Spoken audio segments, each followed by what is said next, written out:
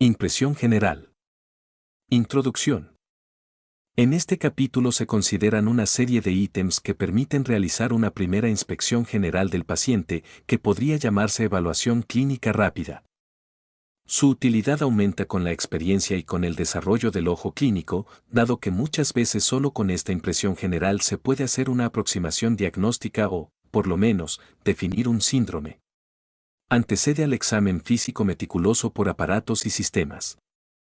Los ítems que la componen son en cierto modo arbitrarios, ya que pueden agregarse otros, como la temperatura corporal, la frecuencia respiratoria, la frecuencia cardíaca y la tensión arterial, y puede incluir hallazgos que, por su relevancia, condicionan los pasos para seguir. Como la presencia de signos de shock, se consideran a continuación el estado de conciencia, la actitud o postura, el decúbito, el hábito, la facies, el estado de nutrición y el estado de hidratación. Estado de conciencia. En realidad, el estado de conciencia se evalúa de manera instintiva antes de iniciar la anamnesis porque de él depende la relevancia que se dará a las respuestas del paciente, incluso, puede surgir la necesidad de realizar la anamnesis a un familiar. Conciencia es el estado de percepción del paciente, de sí mismo y del ambiente, y la capacidad de reacción a un estímulo tanto externo como interno. En su evaluación se pueden distinguir dos aspectos: el nivel de la conciencia, que hace referencia a las variaciones del estado de alerta normal, depende del sistema activador reticular ascendente o SARA, y el contenido de la conciencia, en cuanto a la calidad del pensamiento y de la conducta, reside en la corteza cerebral de forma difusa.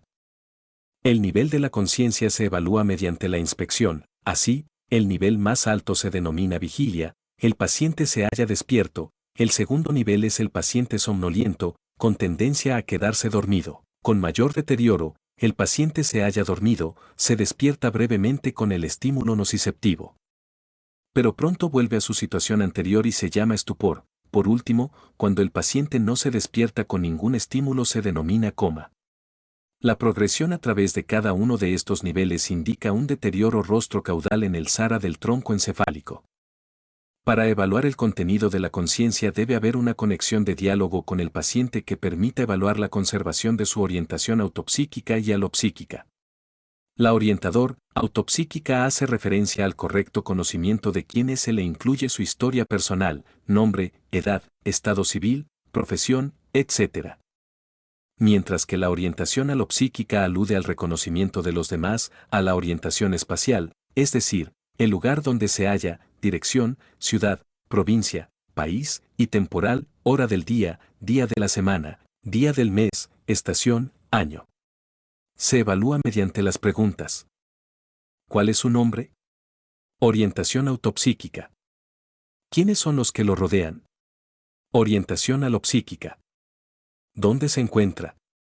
Orientación en el espacio. ¿Qué día es hoy? Orientación en el tiempo.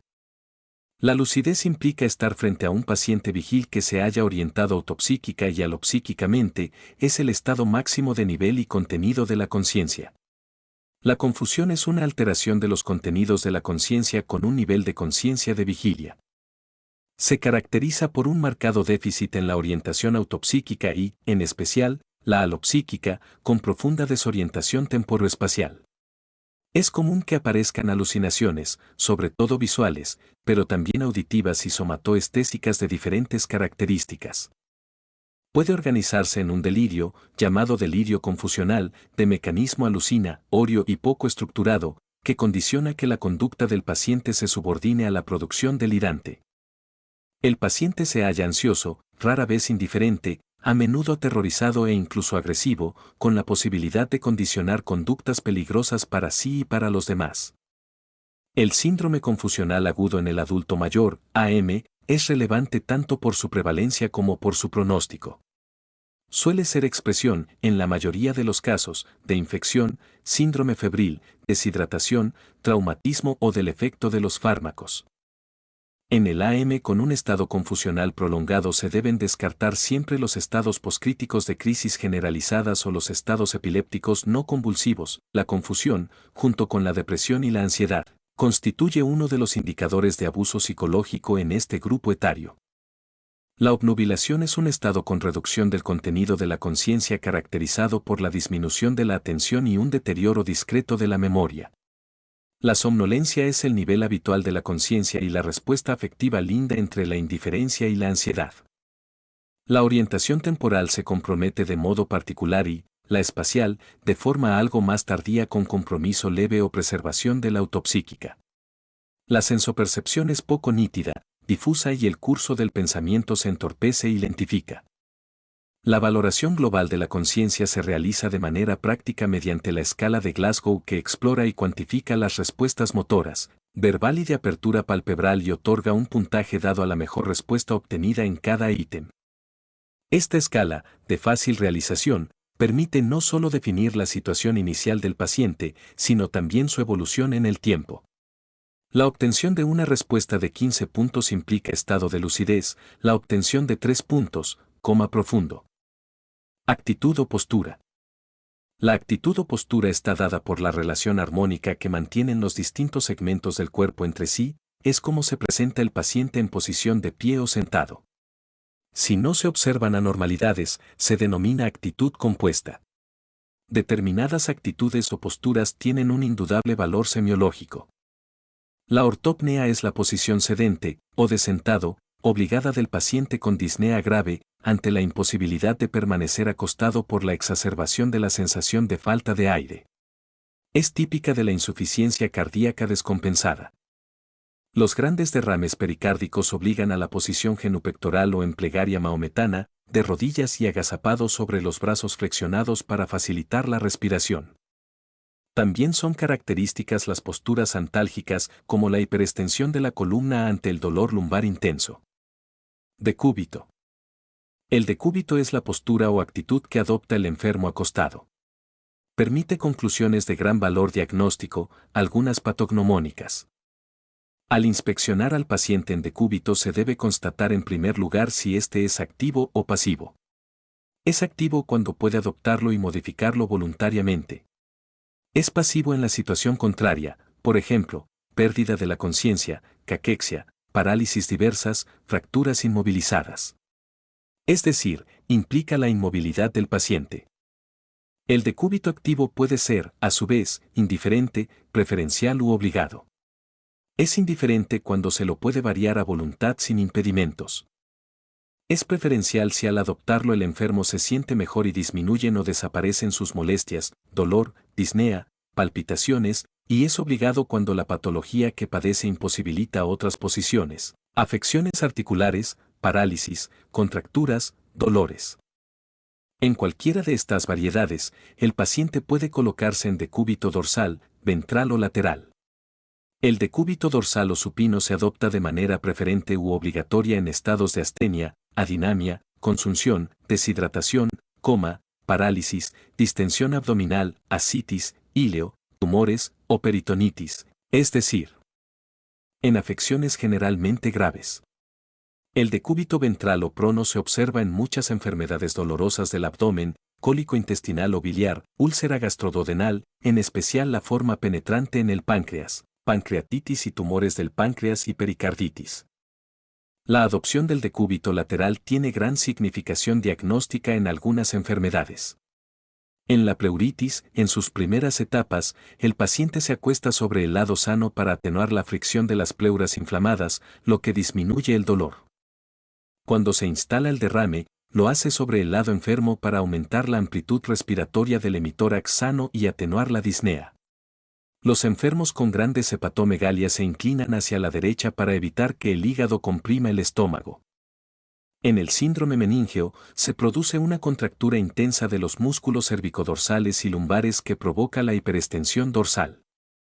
Esto, sumado a la flexión de las piernas y los muslos sobre el abdomen, produce la postura en gatillo de fusil u opistótonos. Es un elemento diagnóstico precoz y también puede aparecer en el tétanos. Se observa con mayor frecuencia en los niños. En síntesis, la inspección del decúbito permite observaciones de significativa proyección diagnóstica, fáciles de apreciar, por lo que debe figurar siempre en la historia clínica. Hábito. El hábito o tipo constitucional es el aspecto global que proporciona la inspección directa del ser humano, basado sobre la medida o proporción relativa de sus segmentos corporales. Desde Hipócrates de Cos, que distinguía tres tipos de hábito, el tísico, el atlético y el apoplético, hasta nuestros días la nomenclatura recogida de gran cantidad de trabajos es extraordinariamente variada, pero, en último término coinciden con los que se reconocen en la actualidad, brevilíneo, mediolíneo y longilíneo. El hábito brevilíneo o pícnico tiende a la baja estatura. Se caracteriza por la cabeza corta, braquicefalia, el cuello corto y grueso, el tórax redondeado, las costillas horizontalizadas, el ángulo epigástrico obtuso, el corazón horizontalizado, radiográficamente, puede simular cardiomegalia, el abdomen voluminoso. La distancia sifoumbilical aumentada y los miembros cortos. Suelen ser musculosos, con tendencia a la obesidad. El hábito longilíneo o asténico es el contrapuesto al brevilíneo. Tiende a la alta estatura, la cabeza alargada, dolicocefalia, el cuello largo y delgado, el tórax alargado y aplanado en sentido anteroposterior, las costillas verticalizadas, el ángulo epigástrico agudo, el diafragma descendido con el corazón alargado, en gota. El abdomen plano y las extremidades largas. Estas personas suelen ser poco musculosas y delgadas. El hábito mediolíneo es el término medio entre los anteriores. Tienden a una estatura mediana. Son proporcionados y armónicos. El tórax se parece a un cono truncado invertido, el ángulo epigástrico es de 90 grados. El aspecto general es fuerte y atlético. A pesar de la amplia bibliografía sobre el tema, se considera que el hábito en sí carece de correlación con enfermedades y personalidades psicopáticas determinadas. Facies. Una expresión facial atenta, con un tinte acorde con las variantes étnicas y de transparencia de la piel, y simétrica, se considera normal o compuesta. De la alteración de la anatomía y la morfología, de la coloración y de la expresión surgen una serie de indicios que pueden orientar sobre patologías subyacentes. Son ejemplos. Facies anémica, palidez cutáneo-mucosa más notable en labios, nariz y mejillas. Facies en alas de mariposa, eritema malar que respeta los surcos nasogenianos, frecuentemente acompañada de alopecia, característica del lupus eritematoso sistémico. Facies en heliotropo, coloración azul violácea de los párpados, se observa en la dermatomiositis. Facies cianótica, coloración azulada de mejillas, labios, lóbulos de las orejas y punta de la nariz por aumento de la concentración de hemoglobina reducida en la sangre capilar, mayor de 5G/diagonal/dl, insuficiencia cardíaca, cardiopatías congénitas, hipoxemia en general. Una mención especial merece la facies mitral, palidez general, cianosis peribucal y eritrosis malar, estenosis mitral. Facies ictérica, coloración amarillenta que tiñe las escleróticas y el paladar duro en su etapa inicial y que luego impregna todos los tegumentos, con tintes más o menos intensos según la concentración de bilirrubina. Facies hipotiroidea, cara abotagada, de tinte pálido amarillento, párpados edematizados, por infiltración del celular. Facies hipertiroidea, mirada brillante y vivaz, retracción de los párpados, aumento de la hendidura palpebral, que permite ver un segmento de esclerótica alrededor del iris, protrusión del globo ocular, proptosis, e inyección conjuntival. Facies cusingoidea, cara redonda en luna llena, con hirsutismo, distribución anómala de pelo facial y acompañada de jiba dorsal. Facies acromegálica, protrusión de los arcos superciliares y del maxilar inferior por crecimiento óseo, tumores de la hipófisis. Facies parkinsoniana, inexpresiva, con pérdida de la mímica, facies de jugador de póker, piel seborreica y lustrosa. Facies miasténica, expresión somnolienta, con párpados superiores descendidos, tosis palpebral, que se acentúa con el correr del día, cabeza inclinada hacia atrás para poder ver mejor, miastenia grave. Facies caquéctica, adelgazada, estructuras óseas prominentes por fusión de las masas musculares y pérdida de los depósitos de grasa, fosas temporales excavadas, arcadas cigomáticas prominentes, globos oculares hundidos. Se observa en las enfermedades terminales. Facies edematosa, el edema de la cara se hace muy prominente en los párpados debido a la laxitud de su tejido celular subcutáneo. Es muy característica del síndrome nefrótico. Facies del síndrome de Down, la cara se redondea, con epicanto en el ángulo interno de los ojos, orejas pequeñas, nariz sencilla de montar y macroglosia relativa. Estado de nutrición. La valoración completa del estado nutricional supera la simple evaluación de distribución del tejido adiposo, implica la anamnesis alimentaria, la determinación de algunos marcadores de laboratorio y las mediciones antropométricas, véase CAP20 pérdida y ganancia de peso. Al respecto, la utilización del índice de masa corporal, IMC, es una primera, rápida y sencilla aproximación al estado nutricional del paciente y debe estar presente en toda historia clínica. Su cálculo se realiza mediante la fórmula IMC igual a peso barra diagonal, talla, 2. Se define como sobrepeso la presencia de un IMC 25. Para aumentar su sensibilidad, se agrega la medición del perímetro de la cintura, cuyos valores, 102 centímetros en el hombre y mayor que 88 centímetros en la mujer indican un aumento de la grasa intraabdominal, que se considera un factor de riesgo cardiovascular. Con independencia del peso y del IMC, la inspección y la palpación del panículo adiposo y del volumen muscular son puntos claves del examen. A simple vista, el redondeamiento de los segmentos corporales con prominencia del abdomen en el hombre y las caderas y mamas en la mujer avala el diagnóstico de obesidad. La pérdida de peso que no es la consecuencia inmediata de un plan alimentario hipocalórico o de la instauración de actividad física con ese mismo fin debe ser analizada para descartar morbilidad. Deberán investigarse patologías asociadas, conocidas o que debutan con pérdida ponderal. Los enfermos portadores de una patología oncológica irreversible en estado avanzado suelen presentar el llamado síndrome de impregnación, constituido por astenia, anorexia y pérdida de peso. En la impresión general se observan disminución del tejido celular subcutáneo y de las masas musculares, con resaltos óseos muy marcados, arcos costales, espinas ilíacas anterosuperiores, espinas del omóplato, fosas temporales excavadas y mejillas hundidas en un paciente postrado en cama, y se denomina caquexia. Se debe considerar que todo aumento o disminución rápida de peso puede deberse a modificaciones del volumen del líquido extracelular, edema, deshidratación. Estado de deshidratación. Debe tenerse en cuenta que debería expresarse con más propiedad como estado del volumen del líquido extracelular, ya que el agua es siempre acompañante del sodio y, en conjunto, determinan este volumen. Son excepcionales las pérdidas de agua libre, que es la verdadera deshidratación o desecación, y la ganancia de agua libre, que es la verdadera sobrehidratación o intoxicación hídrica. Sin embargo, el lenguaje médico cotidiano ha consagrado el uso de estado de hidratación como sinónimo de evaluación del volumen del líquido extracelular. Las alteraciones del estado de hidratación suelen dar lugar a perturbaciones significativas del medio interno y del equilibrio hidroelectrolítico.